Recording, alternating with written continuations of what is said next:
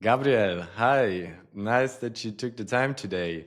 So, many early stage founders struggle to define a clear ICP. And in your 8 weeks growth bootcamp, you use interviews to solve exactly this. So, my Yes. question for you today is how can founders use interviews to get high value insights? And what should they ask, and how should they use those answers to sharpen their positioning and also to improve marketing and sales? Excellent question. Thank you for having me, by the way.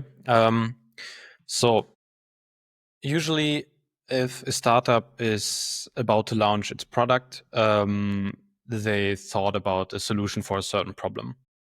And this is always the right thing to do. I mean, obviously we have multiple approaches on how to get a business out there. First is, for example, an experience that you provide, or second, which I like even more, is to solve an actual problem. But a problem and a value proposition that is combined to solve the problem, or combined into a product, is always dependent on a target audience. So one of the most important things to do is to really understand the problems and the struggles this target audience has in order to solve the problem adequately. Because a lot of founders, especially tech founders, have this idea that once they build their products, they will come. But that is not true, since solving a product really demands deep market insights.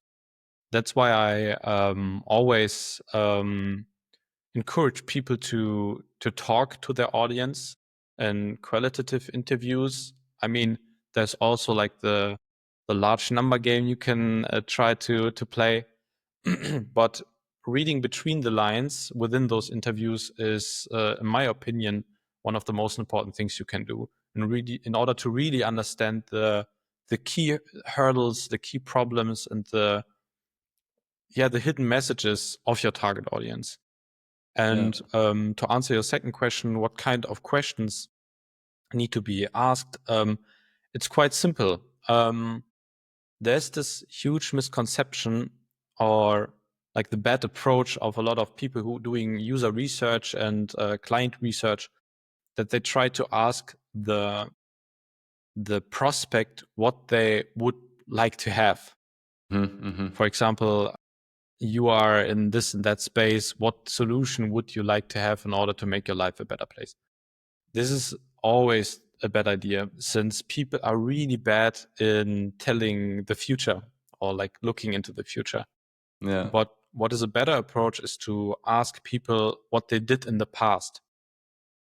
It's quite simple, to be honest. Every time you have a workaround for a certain problem, there's an opportunity to solve this problem with a product.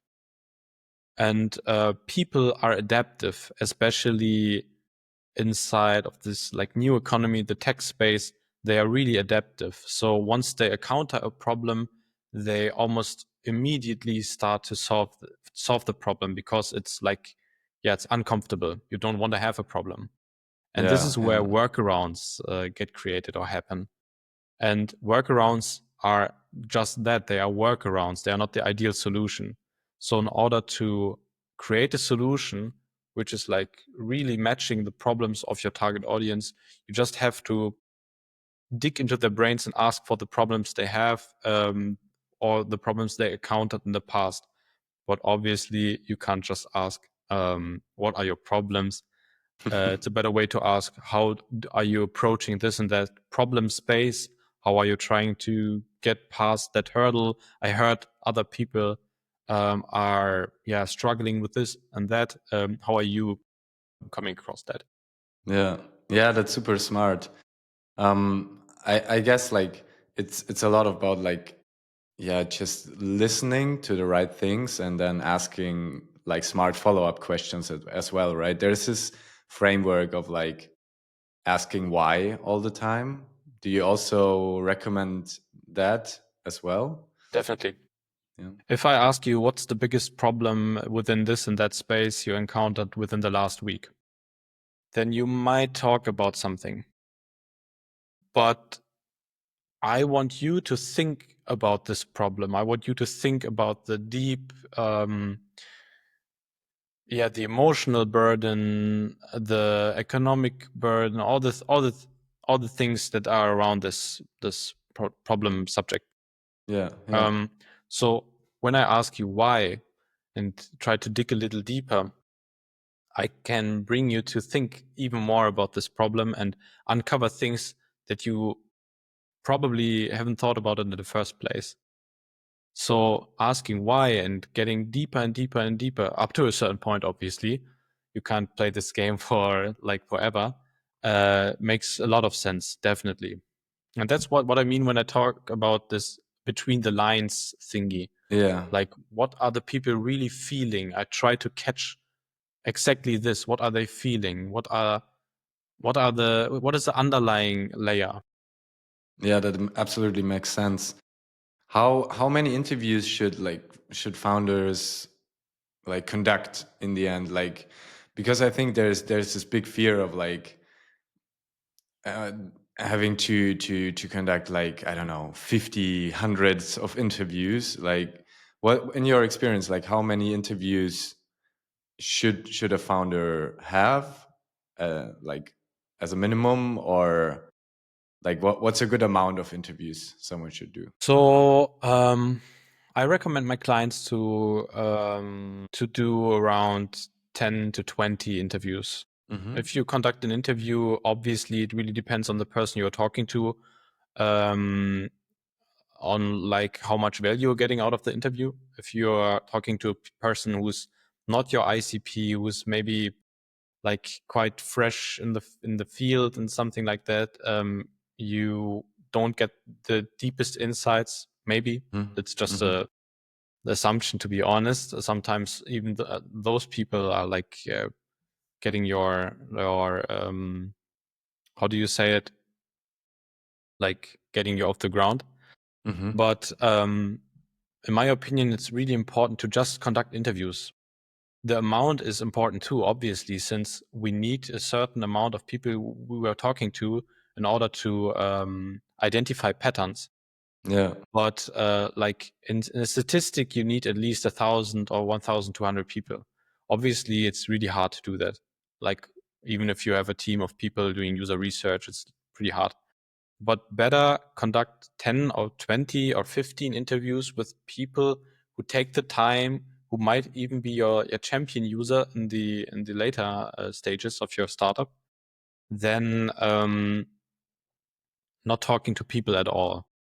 Yeah. Definitely. And I always recommend qualitative interviews, like conversations over some sort of forms or something like that. Yeah, I get that. I guess it also makes way more sense when we talk about how can we transform this information into positioning and like marketing and sales activities, right? Definitely. Or also like messaging. Is there some like framework you use or you can recommend to kind of like extract that information from the interviews and get it into your like your positioning and messaging? Is there something you use or you can recommend? I mean, obviously, I can recommend the book The Mom Test. Hmm. I think every founder in the startup space heard about that before. It's like really light literature. It's not that hard to understand. So, and it's not a long book to read. So, I really recommend it. But in terms of framework, I sort of developed my own framework because within my program, by the way, it's not only for fresh founders. It's really important to Yeah. highlight that it's not only for people who are like uh, right before the go to market phase or something like that. It's really Hmm. important for every stage, since target audiences are changing constantly. It's really, really important. That's why huge corporations start to struggle, since their target audiences are not the same anymore. Hmm. Hmm. If you take a look at banks, for example, the banking space hasn't really changed in the last decade or 2 decades, whatever.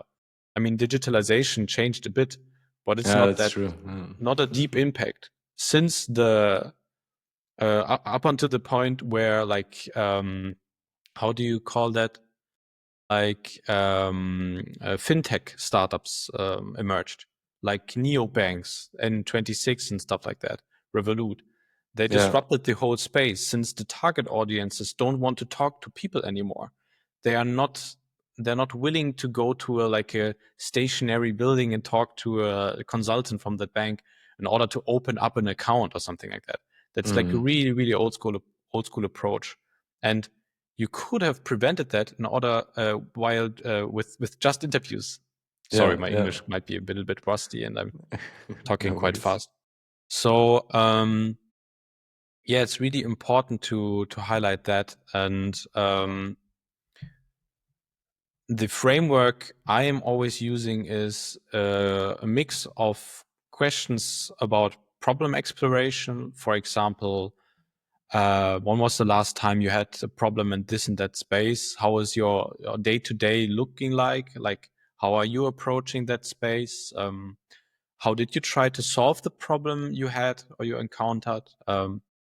How many solutions and which solutions have you tried beforehand? And all this kind of stuff. And obviously also like mm, prioritizing the severeness of problems as well.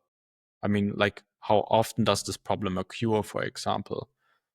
Uh, like the alternatives, why did they not fulfill your needs? How much money does this problem cost you and stuff like that? Yeah. And once you get to a certain point, you recognize the patterns I was talking before. And at this point, it's like, yeah, at this point you could try to develop something right for this piece of or the space of problem. So even features within established startups should be matched to a certain problem, in my opinion. Yeah. And in Yeah. order to know this problem, you have to talk to people. Yeah, absolutely. I totally agree on that. Do you have any tips for, and maybe that's my last question for you today is, do you have any tips for founders when it comes to acquiring people for those interviews? Because I think many founders think that they have to give something, right, in order to get people to join an interview. Is that true in your opinion, or what can founders do to like motivate people to join an interview? Like giving incentives is always a good idea, obviously, but there's this misconception that people always need an Amazon coupon code or something like that in order to talk to you. And obviously, that's something you can do. But to be quite frank, a lot more people are just willing to help you than a lot of people think. Mm-hmm. And but to answer your question precisely, it really depends. Within my program, me and my clients are focusing on a certain like target audience cluster or Mm-hmm. ICPs. And once you know where your ICP might be hanging around, for example, websites or events or podcasts they are listening to and all this stuff, and the space they are working within, like a conservative space or whatever, once you know that and you have like a educated guess on that, then you can like create a strategy on how to approach them. And for example, some target audiences really like if you donate money. You don't Mm-hmm. have to give them an Amazon coupon or something like that, Mm-hmm. but Mm-hmm. you need to tell them, hey, every time I talk to a person, a prospect, I'm donating money to this charity or whatever. Other people just want to be the early adopter. You can be part of the problem development. Mm-hmm. Yeah, It that really depends that on the makes person sense. you are talking Yeah. to, obviously. I think that that's a great tip. Yeah, like really understanding what's the motivation behind like someone giving to or like giving their information and insights and thoughts, Yeah, and right? it's Yeah. iterative. That's Yeah, really yeah. important. It's not only product development is like an iterative process, but marketing, positioning, user research, sales, Yeah, growth absolutely. strategies, all this Yeah. kind of stuff is like an iterative process. Yeah. Yeah, thank you so much, Gabriel, for sharing all those insights. Yeah, You're welcome. thanks for taking the time.